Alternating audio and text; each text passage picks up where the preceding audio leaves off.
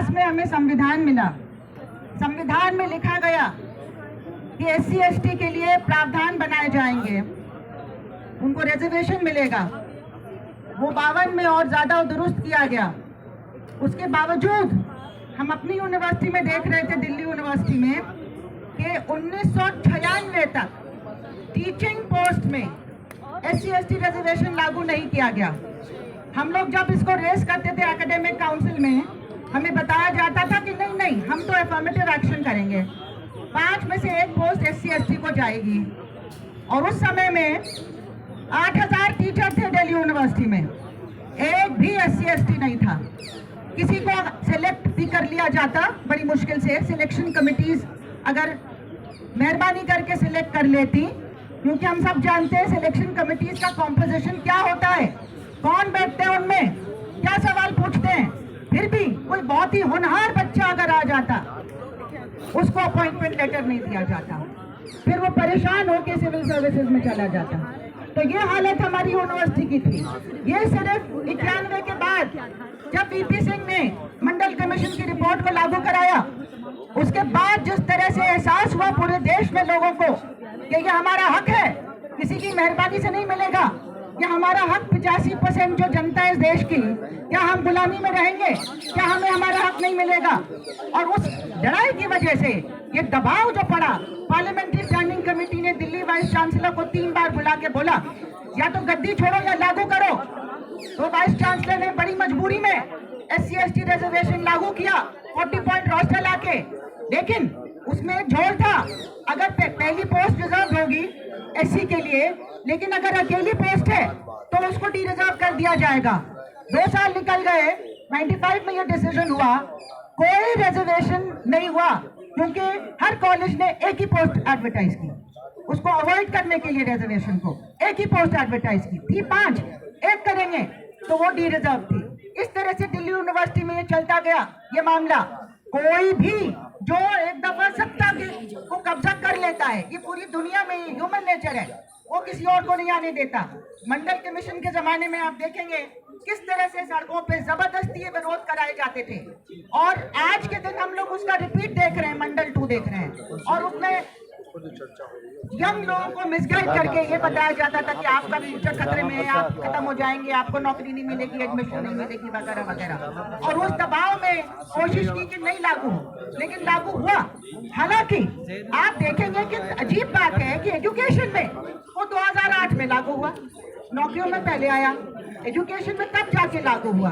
साथियों, बीच में जब स्टूडेंट्स में जब रिजर्वेशन आ गया और टीचर्स में नहीं आया, तो जो सेंसिटिविटी फैकल्टी की होनी चाहिए अपनी जनता की तरफ, वो नहीं देखने को मिलती है, क्योंकि सब अपने अपने बैकग्राउंड के एक तरह से प्रिजनर होते हैं। और उस वजह से जिस तरह से आप बिहेवियर होता है, या जज करते हैं आप स्टूडेंट्स को, या डिस्करेज करते हैं स्टूडेंट्स को, अनेकों रोहितों ने छोड़ दिया यूनिवर्सिटी को, क्या अपनी जान ली है। ये तो आगे आ गए, क्योंकि रोहित ने चिट्ठी लिख दी थी तो ये सामने आ गया। 2016 से हम डिमांड कर रहे हैं, और उसके पहले से ही मैंने देखा, मैं यूनिवर्सिटी में EC की मेंबर थी, मेरे पास एक दस्तावेज, एक appeal I, university college of medical sciences, ये मेडिकल में बहुत होता है, पायल तडवी के साथ जो हुआ वो अचानक नहीं हुआ है। मेडिकल में क्योंकि सब चीजें छिपी रहती हैं, लोग वहां जाके बात नहीं करते हैं, बताते नहीं है। वहां पे हमको पता चला जब धरना शुरू हो गया कि अलग अलग फ्लोर पे आप SC/ST के स्टूडेंट्स को रखते थे, एक फ्लोर पे आप मिक्स कभी नहीं करते थे, अलग अलग खाना खाते थे, उनको टीचर अलग पर्ची, अलग रंग की पर्ची में क्वेश्चन पेपर देता था। ये क्यों हो रहा था? मैं तो हिल गई उस जमाने में सुन के कि क्या हो रहा है हमारी यूनिवर्सिटी में, दिल्ली यूनिवर्सिटी जैसी यूनिवर्सिटी में। तो जब जो 2016 में रोहित के साथ हुआ, वो अचानक नहीं हुआ, वो बन रही थी वो कहानी, वो वोल्केनो बिल्कुल इरप्ट करने वाला था। और उस तब से ही हम लोग रोहित एक्ट डिमांड कर रहे हैं। रोहित एक्ट डिमांड करते करते आगे कुछ नहीं, कर्नाटक में बना है, लेकिन और जगह तो कोई इसमें कोई कार्रवाई नहीं हुई। लेकिन जब पायल तडवी की माँ विदा जी और राधिका वेमुला जी जब कोर्ट में गई पिटिशन लेके, पूरे दस्तावेज के साथ, डॉक्यूमेंट्स के साथ, फैक्ट्स के साथ कि क्या क्या अलग अलग यूनिवर्सिटीज में हो रहा है, तब एक प्रेशर पड़ा, सुप्रीम कोर्ट से ऑर्डर गया, और पार्लियामेंट्री स्टैंडिंग कमेटी ने, जिसमें दिग्विजय सिंह जी चेयरपर्सन थे, उन्होंने रेकमेंड किया कि तुरंत इसमें से कार्रवाई की जाए और आप एक नया रेगुलेशन लाइए।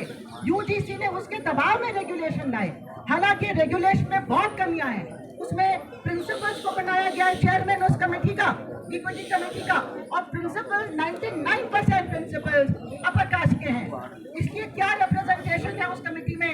जो जनता उपरेस्ट है उसका रिप्रेजेंटेशन उस कमेटी में बहुत कम है, ताकि वो आप मन चाहे तरीके से आप रेजोल्यूशन कर सकते हैं कोई ग्रीवेंस का। और कोई सजा भी नहीं बताई गई है कि अगर आपने ऐसा जातीय हिंसा या कोई चीज की तो क्या सजा आपको मिलेगी, ये भी नहीं लिखा उसमें। तो ये बहुत टू लिटिल टू लेट आया है। लेकिन अगर आया है तो एक चीज जो इनविजिबल होती है, मतलब लोग उसको मानने को तैयार नहीं है, जो खास तौर से प्रिविलेज कास्ट है वो सामने आ गई, वो पर्दा हट गया। और उसको छोटी सी बात को लेके कि जो सच्चाई है उसको मानो तुम, उसी को लेके इतना विरोध हम देख रहे हैं। ये विरोध साथियों करवाया जा रहा है और हमको तभी पता चल गया था कि जरूर इसको गॉड के थ्रू इसको ये उलटवा देंगे, क्योंकि इन्होंने पहले भी ये किया है 2018 में, जब 200 पॉइंट रोस्टर हमारी यूनिवर्सिटी में सिर्फ 2013 से चल रहा था।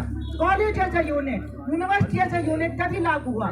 डिपार्टमेंट एज ए यूनिट में बहुत ही स्लो रिजर्वेशन होता ही नहीं है, ना के बराबर।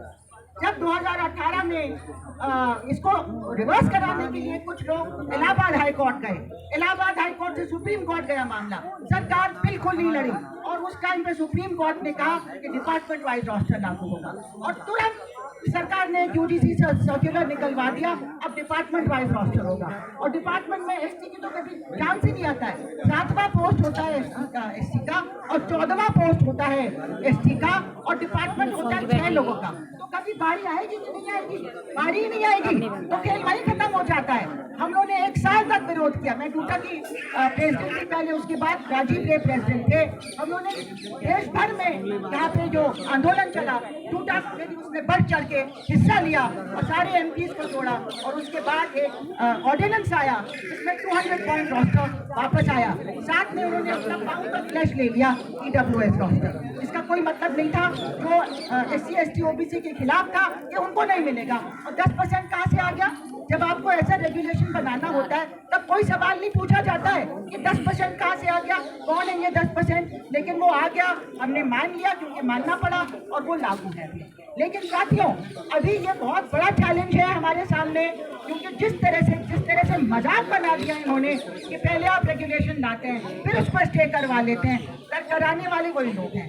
इसलिए हमें एकजुट होकर लड़ना पड़ेगा और जनता के बीच में जाना है और लोगों को जागरूक करना है। और मैं यकीन से कह सकती हूँ कि ये भी उनको वापस करना पड़ेगा और वो रेगुलेशन और ज़्यादा सशक्त रेगुलेशन लागू होगा, क्योंकि एक देश को आप उसके 85% 90% लोगों को गुलामी में कितनी देर तक रख सकते हैं? ये आज़ादी की लड़ाई है, ये लड़ाई हम सब मिल के लड़ेंगे।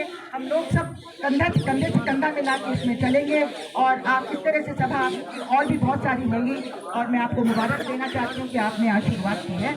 और इसी के साथ इनकलाब जिंदाबाद के साथ मैं अपनी बात खत्म करती हूँ। रोहित एक्ट लागू करो, लागू करो।